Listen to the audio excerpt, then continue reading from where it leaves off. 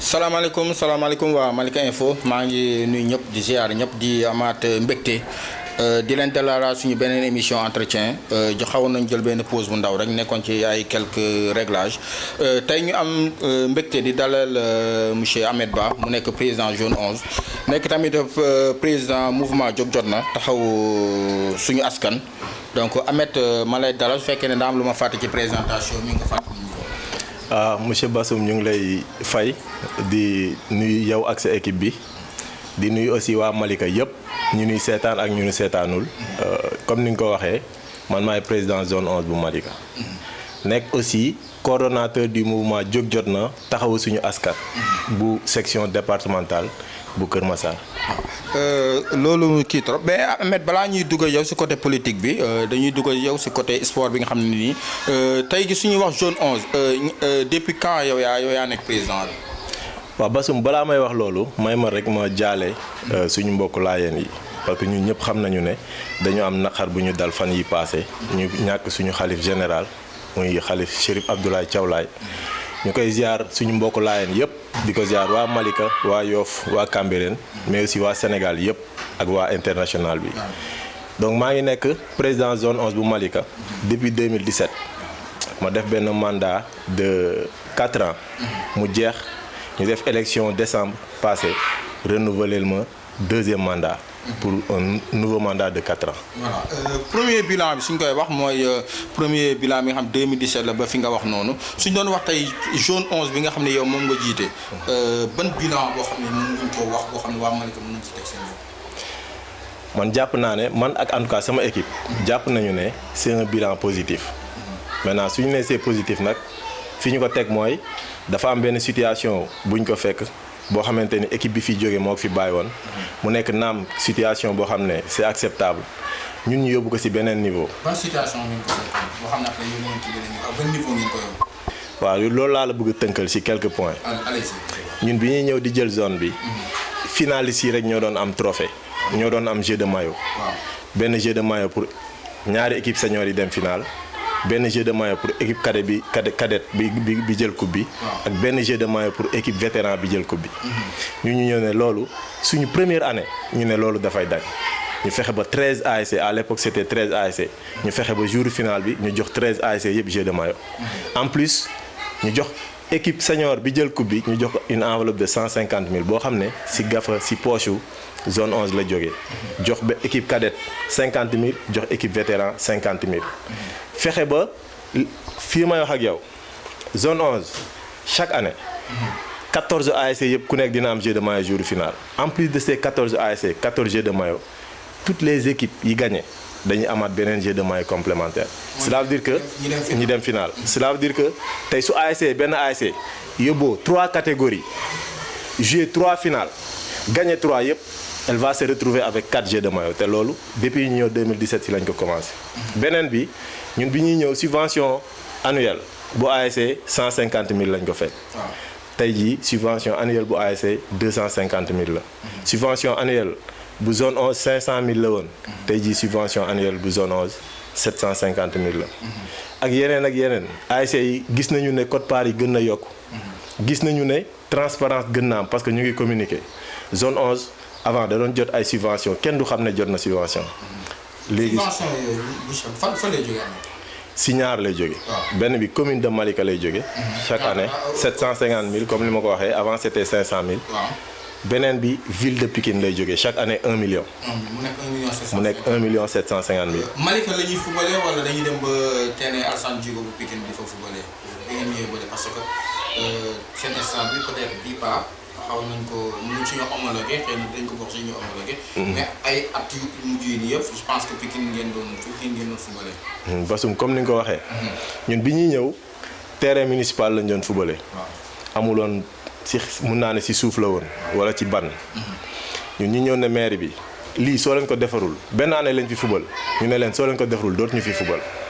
ñu yaakaar ne dañuy caaxaan ñu am final ñu dem fubalee ko Pikine li may wax membre zone yi mun nañ ko seede ak mouvement navétane bi ñu dem football finale Pikine ñu nekkoon zone 11 caaxaanul suñu deuxième année ñu football toute la saison à Pikine ñu wax ñu dellu si leen fii ngeen football finale ñu ne leen li ñu leen wax rek tant que defaroo leen stade bi duñ fi football.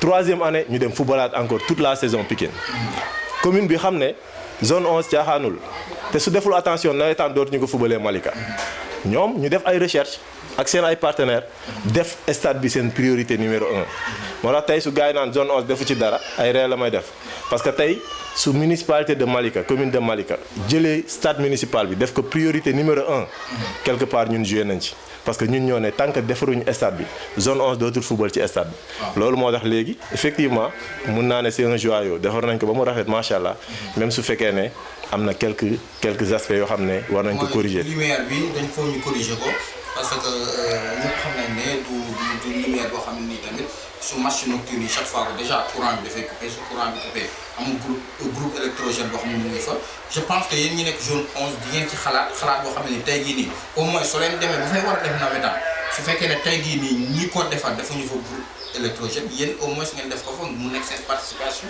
non loolu incha allah su jotee ñun dinañ ci taxawaay bi ñu war a gis nga terrain bi. parce que tamit booy du ñu nangu jindi seen xaalis tagg seen ticket 1000 francs xaw ma 500 ngeen koy def war a football nocturne courant bi coupé ngeen leen di xaar loolu day non loolu moom si yow moo ngeen préparé bu baax a baax. loolu leer na gis nga Bassoum dama lay jox bi ñuy soog a commencé defar stade bi ñun ñoo dem def wër terrain bi xool remarqué lépp loo xam ne baaxu si ñu woo maire ne ko lii ak lii des na ci stade bi mu ne def leen ko sur papier ñun on a fait un mémorandum bind lépp loo xam ne ay manquement la si defar bi ñu defar stade bi non dañuy delloo buum sa mboy ko xam nga stade bi c'est un stade municipal quel que soit lu ñu munti wax responsabilité maire yi la nekk donc lu ñu fa war a defal d'abord maire moo ko war a defar xam nga demander à la zone de faire des investissements si stade bi c'est comme si ñu nga demander ñu def même su fekkee ñoo koy utiliser et je rappelle zone heure bu mosee utiliser avant ñun suñu équipe di ñëw kenn daawul woon fay stade zone da doon utiliser terrain bi du fay dara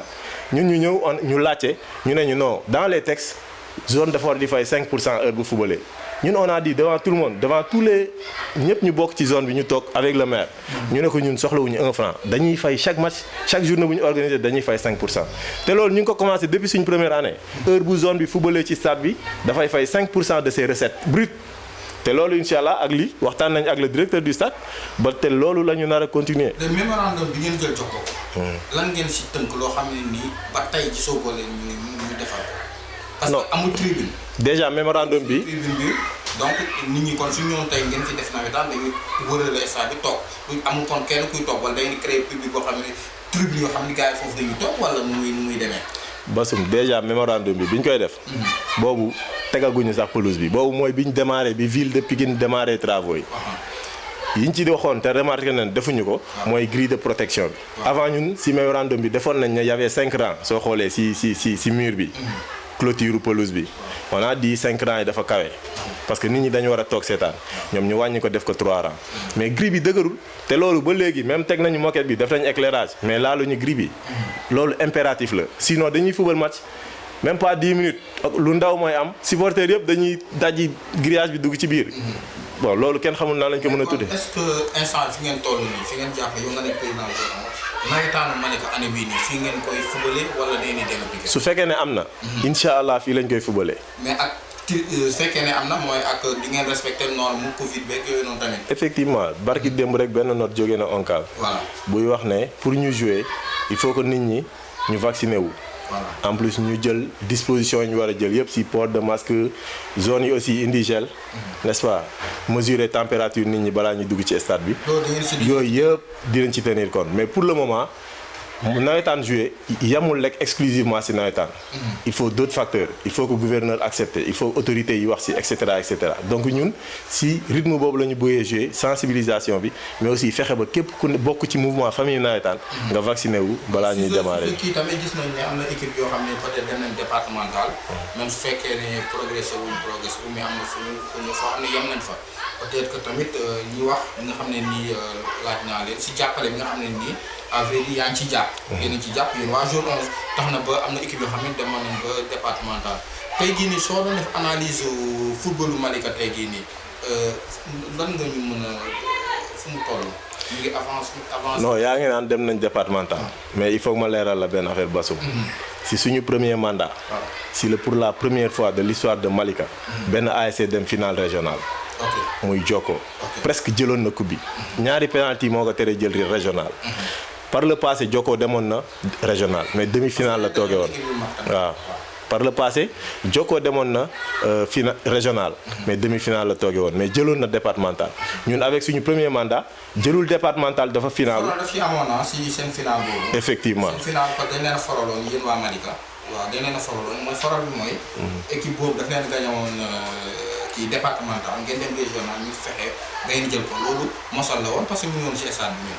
non yow yaa gis loolu. Farba la woon donc ñu dem ba may leen loolu dañ leen ko may sax ndax fayu la loo xam ne nii tey jii nii ñu doon seetaan yëpp dañ gis ne victoire Jokko bi c'était pas méritant wax dëgg yàlla parce que victoire la gagné na la départemental ñu ñëw ñu may la ko xaw ma yow yaa fa jaar xaw ma gars yi fa jaar nan ngeen def pour le ba jël victoire boobu ci kaw kii Mbaye Dia xam ne li may wax Mbaye Dia xam ne li may wax. gis nga waa Farba.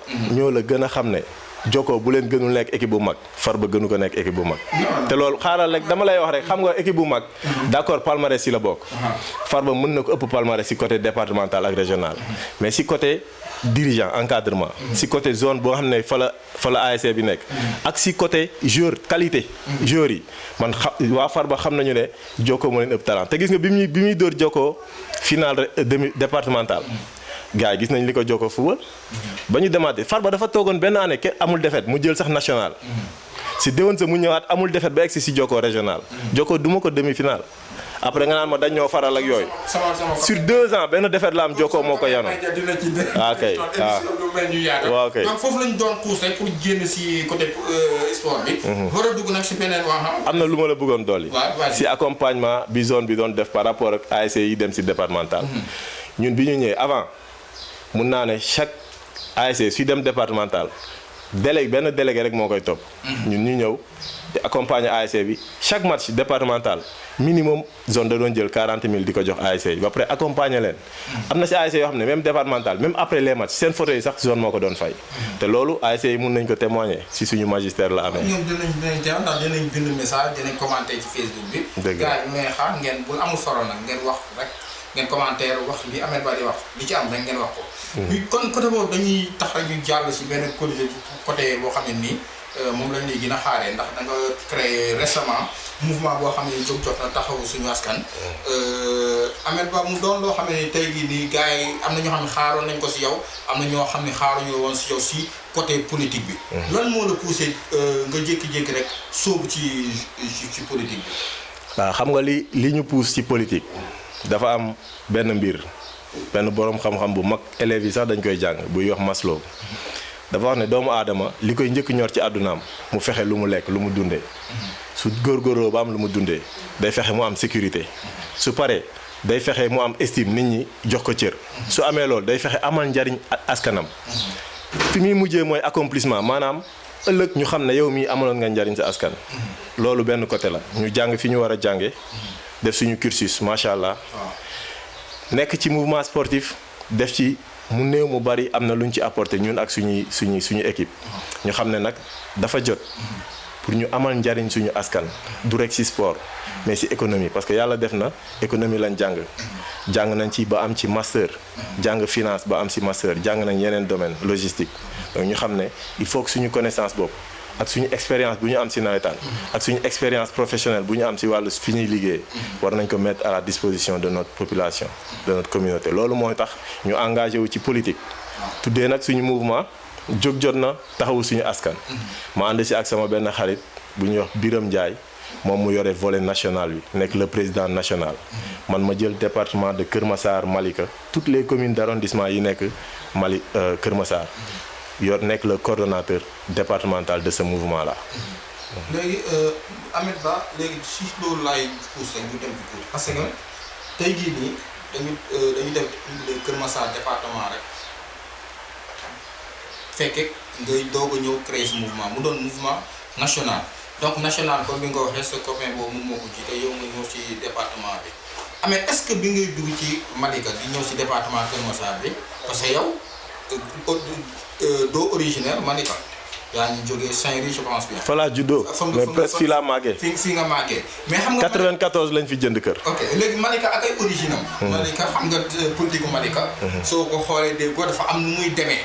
est-ce que jàpp nga ne dina yomb si yow nga ñëw imposer wu ci côté politique. mais Bassoum nan lay demee. da ngay leeral nan lay demee ba pare. non ni muy demee yoo xam nga waaw ni muy demee dafa am ñoo xam ne ñoom ñoo ko ngaan léegi soo bëggee yow jógee fële un jeune ñëw ne da ngay buruxlu si gars yi. parce que fii ay mag ak fekk ay Talla Gadiaga ñoo fi nekk ay Sadou Diouf ñoo fi nekk ay Gora Niang ak ñeneen ñoo xam ay papka ñoo xam ne politique suy wax Malika ñoom la ñuy wax. te tey am na si ñoo xam ne sax dañ leen di écarter si ndax fa ñu bokk ak la ñuy def ak yooyu. léegi yow nga ñëw nekk un jeune ñëw ne tey gi da ngay bokk ci kii politique bi Malika. te nga xam ne ni ay ténor ñoo fi nekk comme ay Talla Gadiaga ak ña ko wër ak yooyu noonu est-ce que dina yomb si yow nga mun a imposer wu. Bassoum. soo xoolee commune bu Malika. ñaari commune ñoo ko seqoon avant commune de Yeumbeul ak commune de Kër Massar. commune de Yeumbeul.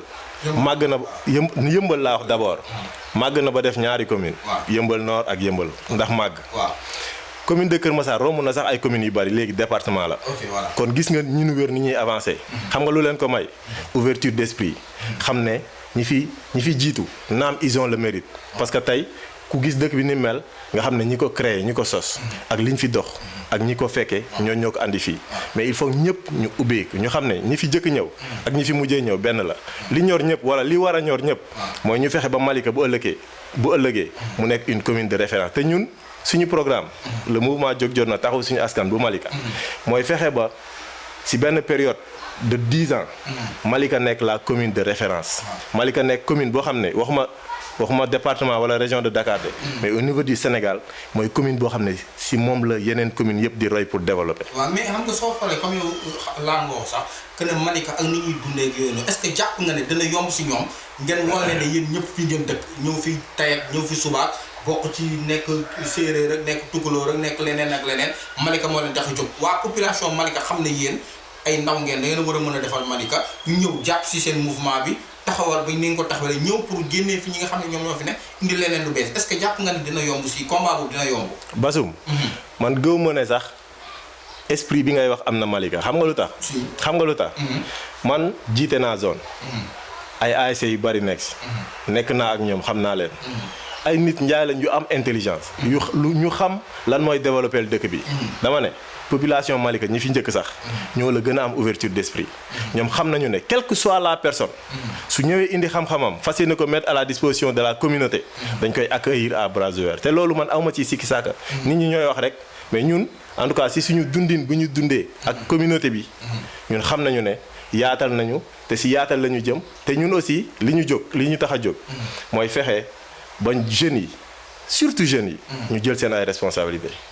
maanaam man mënuma comprendre ñu ne Sénégal majeure partie bi c'est la jeunesse. plus de 75% c'est la jeunesse. alors que sphère de décision yi jeunesse bi nekkuñu fa. loolu y a deux niveaux de responsabilité d'abord ñi jiite war nañu woo jeunes yi boole leen ci associer leen. mais aussi jeunesse bi war nañ jël seen responsabilité xam na ne dañoo war a bokk. parce que mënuñu ëpp ci population ba pare ne duñu bokk ci décision yi. donc loolu appel la may lancer jeunesse bi. ak les femmes aussi. dafa jot ñu jël suñuy responsabilité ñu waxtaanee Malika nag. parce que li ko war a développer. dañ ko war a waxtaanee ñu d'accord ci koom-koom bi ko war a développer lépp warul jóge biir Malika. am na ci loo xam ne dañ koy wuti sol suñu daal bu jaree dem ba Chine. ñu wuti ko indi ko Malika yamale ko équité ñun la ñu wax équité mooy bépp gox bu nekk Malika. nga yam ci koom-koomu Malika. ku nekk la nga yeelool ñu jox la ko. ñu bañ a xool ne kii dañ koy jox lii parce que moo fi nangam mais ñu jox ku nekk la nga yeelool ñu fexe ba Malika développé dans sa globalité. est-ce que yéen a ngi ñaax nit ñi ñuy dem bindu ji ci lycée électoral yi ci sama biir tool yi parce que période boobu lañ toll mag période bu nekk ci mbedd mi di kii yow mais da ngeen war a est-ce que yéen a ngi sensibiliser nit ñi ni leen dem leen ngeen bindu ci lycée électoral ndax carte yi ñoom ñooy tax ngeen mën a def changement. waaw loolu ñu ngi ci d'ailleurs soo xoolee. fan yi suñu lakos yi ak suñu t-shirt yi bari na ci dëkk bi. parce que fépp fu ñuy dem dañuy yóbbaale suñuy lakos suñuy t-shirt. def porte à porte sensibiliser surtout primo votants yi. parce que su ma lancé un appel à la jeunesse.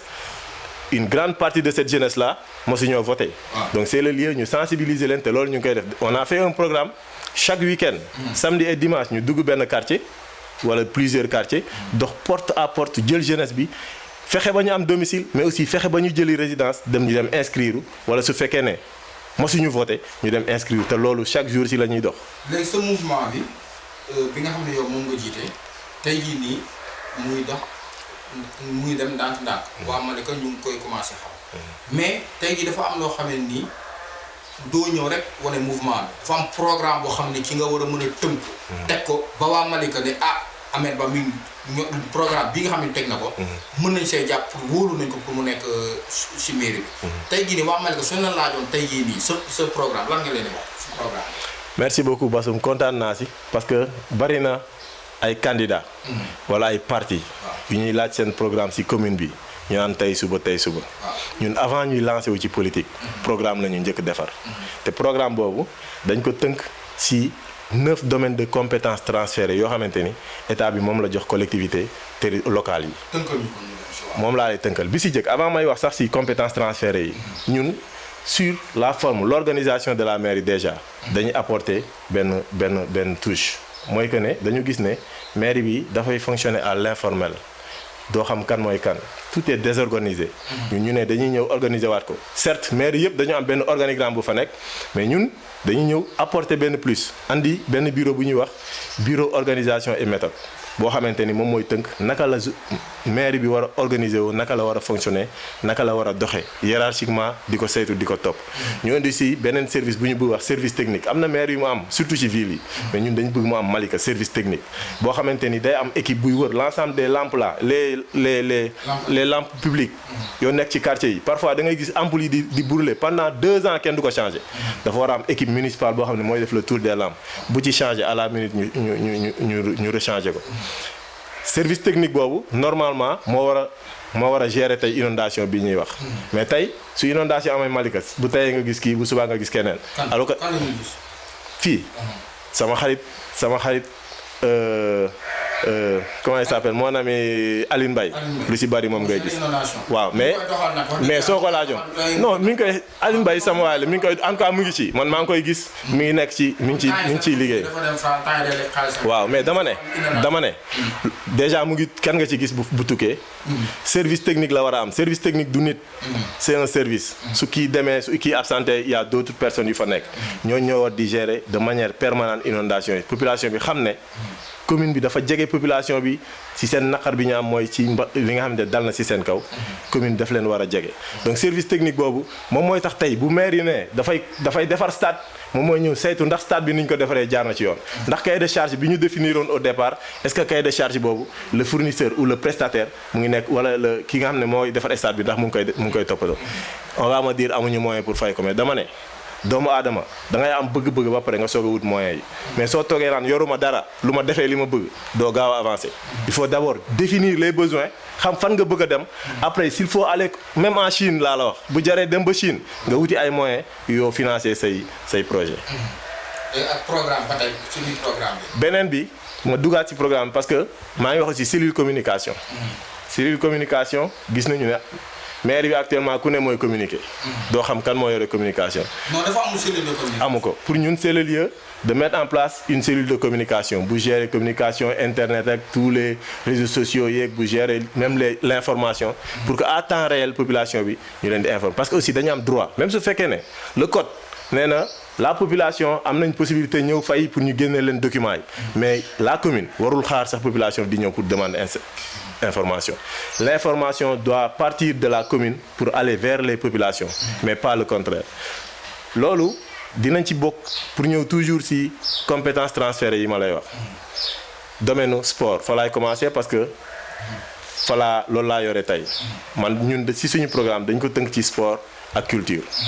lu ñuy njëkk def mooy bâtir ce qu'on va appeler la maison communale du sport et de la culture benn immeuble boo xam ne dañ koy jox sportif yi ak ñu yore culture ñu leen fii jël leen bureau yi local yi leen neex ngeen occuper ko comme ça heure boo leen waree waxtaan si lu jëmale kanam sport ak culture Malika ngeen mun ko waxtaanee fii ngeen tënkee ko fii loolu mooy lu ñu war a njëkk def les subventions pour les ASC parce que nag ASC dañu am rôle bu extraordinaire bu ñuy def gis nga tey sooy dégg ay cas de noyade bu nawetaan commencé dootoo ko dégg parce que occupation manque d'occupation mooy tax jeunes yi di dem ci plage bi nawetaan dafay occuper jeunes yi ci vacances yi donc loolu moo tax ASC subvention ñun ci suñ programme on a dit dañ koy jëlee de 250 000 yóbbu ko à 500 000 bu zone bi dinañ ko def 1 million ci suñ programme les acteurs culturels dinañ fexe ñu waxtaan fexe ba am une date historique à Malika fexe ba aujourd'hui mu am benn date boo xam ne chaque année waa Malika dinañ xam ne date bi c'est une date culturelle au niveau de Malika ñu koy préparer te loolu li ñu koy may mooy ce bâtiment là dont je viens de parler tout à l'heure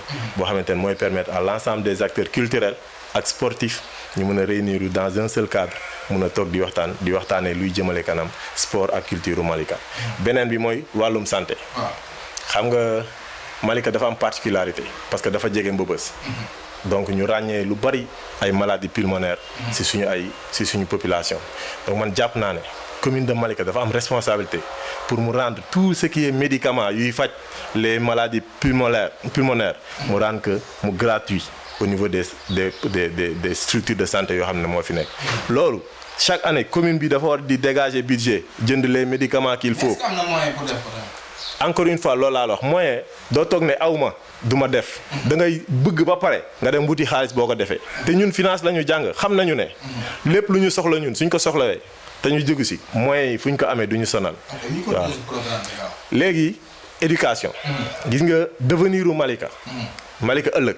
mu ngi dépendre ci éducation suñuy responsable en général lu ñu manqué mooy vision parce que vision du sur 5 ans du sur 7 ans vision c'est sur une génération presque 25 ans aujourd'hui soo bëggee ëllëg Malika am ay cadres de haut niveau ay international sur tous les plans mu am ay cadres au niveau international c'est parce que da ngay tàggat suñu ndaw yi suñu xale yi te loolu il faut de l'investissement ci jàngu xale yi aujourd'hui dans les écoles que ça soit primaire wala CM yi nekk Malika dafa war a am des dotations en fourniture chaque année naam am na mais fourniture en totalité commune bi daf ko war a jox structure yi beneen bi il faut des bibliothèques ñun dans notre programme dañoo fexe ba diviser Malika en 4 zones ñu fexe ba demee suñu ñëwee dinañ fexe ba dans chaque zone mu am une bibliothèque communale boo xamante ni dafay am internet accès à l'internet gratuit mais dafay am tous les ouvrages yu nekk ci programme bi mais aussi yuy développer culture générale xale yi pour que ñu mun di dem foofu di ressourcer wu pour que ñu mun a respecter seen jàng en tout cas ñun ci suñu programme def nañ ci lu yaatoo yaatu ci wàllu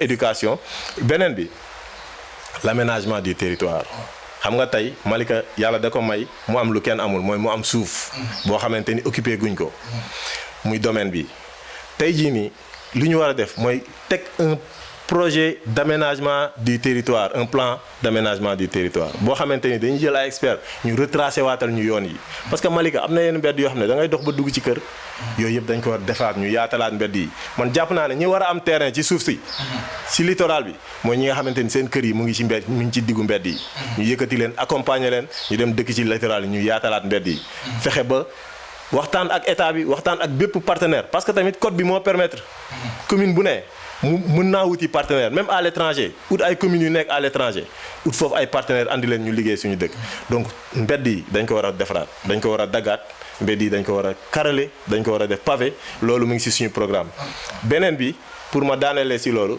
mooy wax naa ko sànq aujourd'hui Malika dafa war a nekk une référence ci propreté maanaam sur le plan environnemental ñun dañu am responsabilité. ko président waxee da koy defaraat inchallah Malika moom dina dem ba côté Mbëbës bi dina changer. waaw justement bi nga xam ne moom lañ fa war a defar. mais justement loolu moo tax Mbëbës bi ñun suñu taxawaay bi ñu war a am ci Mbëbës bi. ginnaaw projet bi mënuñu ko tee am te dafay am. te xëy nañu ne am projet bi moo gën li fi ne. parce que projet bi évolution bi loolu ñëpp d'accord nañ ci. kon nañu réclamer. ay la yeewoon ñiy liggéey foofu parce que impacté yi Malika la li ci ëpp Malika la donc képp ku fay liggéey majorité bi Malika la ñu war a dëkk aujourd'hui le combat mooy fexe ba bépp usine bu ñu implanté wala bépp structure unité bu ñu implanté Mbëbës population de Malika ñoo fa war a liggéey te loolu mooy le combat du leneen ak leneen. ok sa programme da nga ko def ba pare. ñaari volets yoo xam ne laaloo ci côté ñi nga xam ne nii ñoo yor télé yi nga xam ne ñoo nekk Malika côté communication bi laaloo ci côté daara yi tamit wax nga sa programme école nga fi wax ba tey tuddoo boo ay daara te Malika nekk ville religieuse loolu fàtte la wala dañ ko boole seen programme. xam nga da nga ma mayul. ma développé. non ba nga waxee école rek. non dama ne suñu programme c'est une 50aine de pages. su ma ko doon développé du fi xaj. les daara maa ngi ñëw yamul rek ci daara.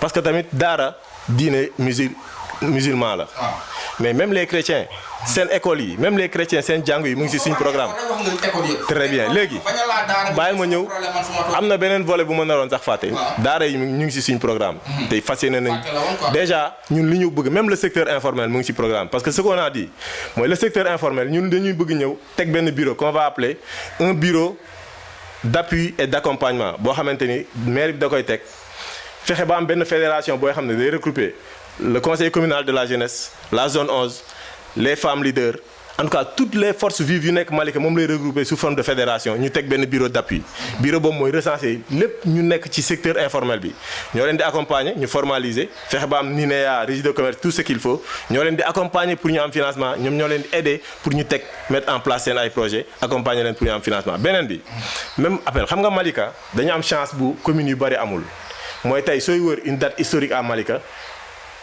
ziyaara bu Ngédiaga lañ lay wax du dëgg kon maire bi dafa am rôle bu mu war def foofu ziar bi mooy suñu màggal Touba ñun annuel maire bi dafa war a jouer sur deux aspects pour fexe ba communauté internationale ñu retenir date boobu su ziar annuel bi ñëwatee ñëpp converger vers Malika te xam nga lu koy def deux aspects la communication autour du ziara de Ngédiaga mais aussi l'organisation aujourd'hui maire bi ziar bi su jubee un mois toutes les rues de Malika dafa war a am ay panneaux yu wax ci ziar bi c'est pas le cas aujourd'hui commune bi moo war a fexe ba concentrer développer une économie autour de Ngédiaga boo xamante ni màggal Touba ñëpp di dem jaaykat yeeg ñi nga xamante ni sax màggal taxu leen a jóg jaay leen tax pour seen poche dañuy jóg jëm Touba noonu la ñu war a fexe ba suba bu Ngédiaga ziar bi ñëwee même ñi ziar bi taxul jóg ñuy jaay wala dara indi leen ñoom ñëpp seen xel lu ciy nekk mooy nañu dem Malika te loolu bokk na ci li développement bi. su fekkee doo leen falu rek bàyyi télé yi gars yi nekk fi ni ñuy xeexee Malika info yooyu noonu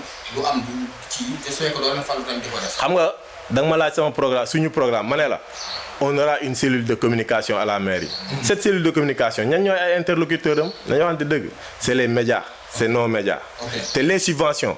ñun dañuy war a ñëw pour généraliser les subventions ci sport lépp luy yëngatu ci wàllum sport du ASC yi kese de sport féminin il faut ñu développer ko Malika basket toutes les disciplines beach soccer ñoom ñëpp dañuy jot seen subvention AS Malika mu ngi ci suñu programme bëgg nañu sur 10 ans ñu fexe AS Malika dem jouer championnat deuxième division te loolu suñu objectif la parce que naam duñu acteurs yi mais maire bi commune bi moo war a accompagner AS Malika pour mu egg ci niveau yi ñu bëgg mu egg. léegi lan ngay wax ñi nga xam ne tey jii dañoo jàpp ne Talla Gadiaga moo la fi teg da nga ñëw rek def créer benn mouvement mais ci ginnaaw Talla Gadiaga nga topp pour déstabiliser ñi nga xam ne nii mooy ay kii bëgg ay ñoom Gora Niang gars yi ak ñoom Salif ñoom nga bëgg a déstabiliser pour wàññi seen kii électoral ndax gis nañ ne fi ñu toll ñooñu ñu ngi liggéey bu am solo ci dëkk bi ñu ne dañ ne Talla Gadiaga dafa fi teg pour au moins faqas fan ñëwoon. déjà dama siy profité ma nuyu déjà Talla Gadiaga ma nuyu Gora Niang di ku baax ku yàgg jàpp aussi si mouvement bi xam nga Talla li muy def si nawetaan du xaalisam xaalisu commune bi la c'est voté ci budget mais Gora Niang su yëkkatee dara defal zone bi xaalisu boppam la ñu defal keneen ak keneen muy Papka muy Saliou Diouf ñoom ñëpp ku ci jël def ci zone bi sa xaalis nga ci def donc c'est le lieu ñu remercier leen ñoom ñëpp mais dama ne man Talla Gadiaga teguma ci zone bi ça c'est loolu benn la ndax zone ñëpp xam nañ ni muy fonctionner ay ASC ñooy indi ku nekk sa 3 délégués yi def seen assemblée générale ñu voté ñu fal ma rien à voir avec Talla bàyyil ma ñëw rek parce que question bi nga posé c'est hyper important beneen bi man su ma bëggoon dugg ci Talla dugg naa ci bu yàgg mais man su ma bokkoon ci ñi ànd ak Talla xam nga lu ma koy wax Talla Gadiaga vraiment du ma ko ŋàññi parce que quel que soit alpha def na fi dara parce que nit aussi doo ñëw nga ne diw defu fi dara c'est une erreur monumentale Talla am na lu mu def mais man ñun suñu mouvement wala man sama candidature dañu jàpp ne yóbbu na ko 30% ñun dañ ko war a yóbbu 200% c'est-à-dire il faut que ñu xam ne c'est possible te tant que changé woo doo xam ne c'est possible su ma bokkoon ci ñi jege Talla dama ko naan doyen vraiment merci beaucoup def nga ay loyaux service pendant 19 ans mais choisiral kenn parmi nous parce que tamit jàngal nga ñu choisiral kenn parmi ñu remplacer la parce que doomu aadama mënoo éternité yàlla dong moo ko am kenn mënul toog éternellement loolu su fekkoon ne loolu laa bëgg kon rangé naa bu yàgg sama point de presse yaa ngi fa woon dama ne changement moo ñu intéressé te dama ne feebar fa nit feebaree ak la ko feebarloo tant que génne woo ko fa doo ko faj loolu leer na ma dolli si ne képp ku jóg pour indi changement pare nañ pour ànd ak yow loolu leer na maintenant nag dañ naan politique il faut jamais dire jamais mais su ma àndee ak Talla man sax dina ma bett. mais mun nañu jàpp tamit côté élection ngir ranger wu si ginnaaw keneen même suñu taal. non on sait jamais parce que politique dama lay leeral dama ne. li mën a nekk mooy ñun suñu mouvement certainement dafay ànd sous forme de coalition ak ñeneen. loolu mën naa ne. leneen li mën a nekk mooy même suñuy ànd ak si ginnaaw keneen dañ koy waxtaane xam nga lu ma mënul d'accord kaay topp sama ginnaaw duñ ko defal kenn. Ahmed fi ñuy tëjee rek mënuñoo wax si mouvement bi seen subvention fan ngeen koy jëlee parce que li ma ciy dégg moo dafa xaw a bëri trop dafa am ñoo xam ni sax dem nañ ba ne dafa am ay lobby yu nekk seen ginnaaw su ma ko sañee wax sax dama naan ay lobby yu borom ñaari tur yi koo jigéen ñi ñoom ñoo nekk seen ginnaaw j'espère que nag Ahmed lan nga ñu mën a wax ci loolu. Bassoum mouvement Jóg Jot Na Taxawu Suñu Askan nous n'avons jamais eu une quelconque connexion avec des lobbies que ça soit franc-maçon ou LGBT loolu dama ko wax en français. mais dégg parce que wax si dëkk bi. non dégg nañ ko d'ailleurs sax question bi ma ci gën a neex la pratiquement. parce que dégg nga ñu wax si dëkk bi. li tax ma wax loolu en français. su ma ko waxoon wolof ñu ne da koo bëgg wax wolof parce que ñooñu noonu dégguñu wolof. dama ne xamuñu luy ñooñu bëgguma tudd tur bi góor jigéen te àdduna du yàgg. ba ñu am ak ñoom connexion. xamuñu luy ay franc-maçon xamuñu lan lañ xam. ñun ay murid lañ. te bëgg nañoo doon saadix ñenn ñi nekk ay laayeen yu dëggu ñenn ñi nekk ay tiijaan en tout cas diine moo ñu ñor ñun sur fonds propre la ñuy yëngatu xam nga li ma neex ci rumeur yooyu dama lay wax rek xam nga li ma neex ci rumeur yi mooy au moins nit ñi xam nañu ne ñun am nañu moyen suñu bëgg de nos ambitions on a les moyens de nos ambitions fu ñu bëgg dem dinañ def le tout ba ñu am moyens yi bu ñu fa eggee loolu rek moo ma neex ci affaire yi leneen li mooy dañu am un coordonnateur national Birame Ndiaye dafay participer man en tant que coordonnateur local dama ci def sama loxo tous les membres yu nekk Malika déglul ma wax la ma eggali tous les membres yu nekk Malika 10 millions la au moins. déglul ma wax la tous les membres yu nekk Malika dañuy participer tout le temps ci biir mouvement bi en tout cas ba ñu commencé ba léegi aucune structure externe wala personne physique externe mosul jël 1 franc dugal ko ci mouvement Jóg Jot Na Taxawu Suñu Askan caution encore une fois je le répète ñun suñu bëgg-bëgg la ñuy teg ba pare wuti moyens yi def ko ci te fépp fu suñuy ambition egg moyens yi duñu jaaxal nous sommes encore une fois ñun ay financier lañ ay jaay kër gis nga xoolal man sama profession du jaay kër. non dama ne même su jaree jaay sa kër sax wala sa leneen loo yor pour def caution bi nga ko def. loolu waxin la rek. mais xam nga c'est pas le lieu tey ñuy wax ne am nañu lii mais tamit ndooluñu.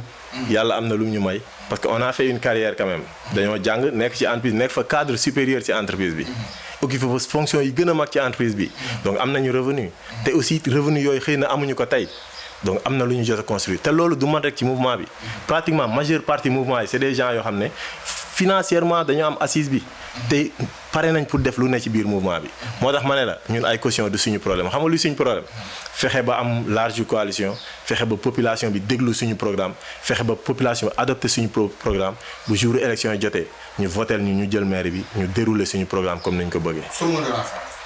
suma mot de la fin d'abord ma remercier la Bassoum ak équipe bi nga àndal remercier aussi Malika Info ak directeur général ñaanal leen télé bi dem ba nekk groupe de presse international ici remercier population Malika bi yëpp di lancer appel surtout la jeunesse kenn leen ngeen ñëw ñu jàpp ci programme bi ñu liggéey di remercier aussi ñi nga xam ne ñoo nekk membre déjà si Jóg Jot Na Taxawu Suñu Askan ñuy liggéey bu am solo tëddatuñu nelawtuñu chaque jour ñu ngi ci kaw liggéey bi tout le temps ñu ngi dugg ci kër yi ñu ngi génne population bi di leen inscrire loo donc ñu ngi ci terrain bi amuñu seen fay nañu jàpp rek bu subaa la ñuy xaar ndax dinañ fay ñiy wax bàyyi ñiy liggéey donc loolu moo am solo ñu ngi remercier waa Malika yépp di ñaanal aussi encore une fois suñu kilifa diine bi fi jóge Seydi Abdoulaye Thiaw Laye yàlla na yàlla yokk leeram xare ko ci aljana yi gën a kawe di ñaan jàmm aussi ci Malika di ñaan aussi mbas mi yàlla jële ko fi parce que activités yi ñu bëgg a dérouler yépp ci jàmm lay xaj